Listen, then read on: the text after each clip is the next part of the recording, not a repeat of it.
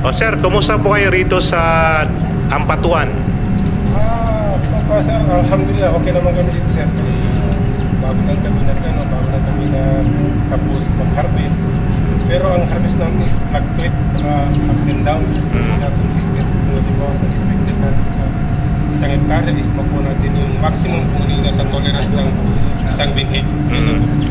So, sa tingin nyo ba, okay lang yung ano nyo?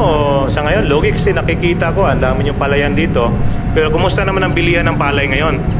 Actually sir, nung mga previous, tumaas yan nung walang harvest. But now, almost ang nationwide natin is harvest lahat, bumaba yung dito sa amin. Magkano yung per kilo dito ng palay? Sa experience sir is 12 to 30 ng presyo namin dito. Napakababa. Mababa sir. Sa tingin nyo ba, logi kayo niyan o hindi? As a farmer sir is logi talaga. Kasi mo yung, yung fertilizer sir. Magbaba yung presyo ng palay, pero yung yung gastos, yung fertilizer, mataas. Mataas. So, ibig sabihin nun, sayang yung pinunla nyo ngayon, no? Medyo maraming sayang, sir. Una, yung field natin dito, lahat ginagawa natin yung para magsikap tayo, para mag-harvest tayo. Pero pagdating ng harvest tayo, kami yung kawawa ng mga farmers. So, sa tingin nyo, ano yung solusyon dyan?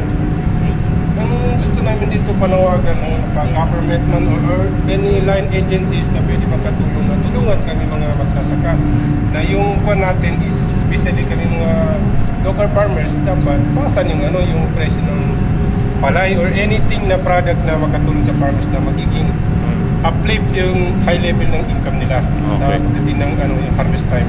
So dapat parang sinasabi mo na dapat yung pagtuunan ng pansin ng gobyerno natin. Yung mga rice farmers natin. Paano yung ngayon? Ang gobyerno natin mukhang pinapaboran yung imported rice. Anong tingin nyo doon? Tama ba na mag-import na lang rice o tulungan si farmer, mga farmer natin? Dapat, kung meron naman sir, dapat dito na lang tayo sa local. Baka within the Philippines lang tayo. Wag na tayong umasa doon sa imported kasi meron naman tayo dito mga provider na especially kami na magsasaka, dapat tulungan kami para mag-enough yung supply namin sa dito from community hanggang doon sa taas. Within sa Philippines tayo, magkakaroon tayo ng mga routine lang yung ating yung produkto. Mga patronize sa ating mga produkto. Meron na ba kayo natatanggap na suporta mula sa gobyerno o subsidy? Yan ganon. May subsidy kasi ibang bayan nakatanggap to sila ng 5,000, 7,000. Wala kayo natatanggap dito. Pero anong ibang suporta na tingin nyo nakukuha nyo sa gobyerno? Meron ba?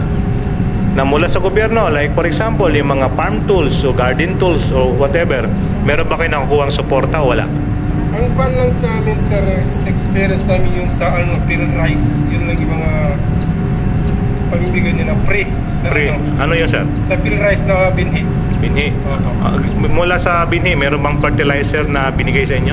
Sa amin wala. Only the binhi sir. Binhi lang. How about yung ibang lugar nakakatanggap ng harvester, pero di ba kayo rito, no? Wala rin. So mano-mano din yung harvest nyo rito? Kung meron na kami dito, sir, hire lang kami. Hire lang. Nag-hire pa rin, no? So medyo mahirap talaga ang sitwasyon ng mga farmer ngayon, no? So dito sa bayan nyo, ang laki ng palayan, di ba? No? Ang laki ng palayan, pero kulang pa rin yung support wala sa inyo. So yung inipay ba, nakakaabot ba yung National Food Authority rito? Hindi. Walang inipay dito. So lahat binibinta nyo sa local trader. Local ang trader. So ibig sabihin nun, wala kayo rito? Dryer ba kayo? Wala. Meron man sir, pero hindi enough. Hindi enough. Kulang. Kulang. Kung halimbawa kung ako yung mauna mag-harvest, tapos medyo marami-rami yung kung ako magpilat, kawawa naman yung mga kasama ko na hindi naman sila magpapila, especially yung tagpulan. So okay. Hindi sapat yung dryer namin kasi. So kulang, no? So marami pa mga tools. Sir? Tagulan? Wala, mahirap talaga, no? So ito, sige. So balikan ko lang, ano yung tingin nyo ang solusyon at pwede pang gawin, no? Na dapat gawin ng gobyerno natin para maibsan naman yung kahirapan natin bilang mga magsasaka. Ano sa tingin nyo? Ikaw sir, anong tingin mo sir? Dapat matulungan kami kung paano kami magkaroon ng dryer. Yan ang gawin namin ito. Tag-ulan, nabubulok ang pali namin. Binabenta namin, inihati namin doon na Bayar bagsak ang presyo kay napulog yung bali namin. Ay, sayang. Hindi magkasya yung dryer. Oo. Kailangan namin talaga ng dryer. Okay. Sir, sa'yo, sir, ang tingin mo, sir, anong pwedeng gawin o tulong na dapat tanggapin nyo? Mula doon sa dryer, ano pa ang pwede?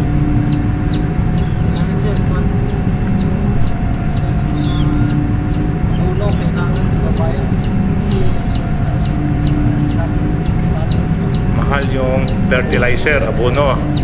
Kaya sana mas mababa yung presyo ng abono. No? Ikaw, sir, anong tingin mo, sir? Siguro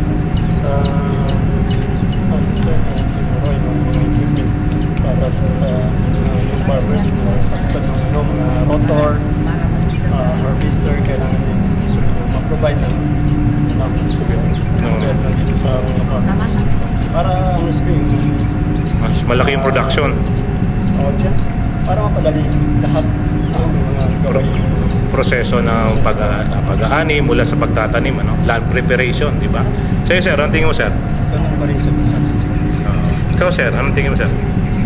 Tingin ko, sir, pagdating sa pagkikita namin trabaho, ang tulong namin yung mga abono, chemical kasi masyadong mataas.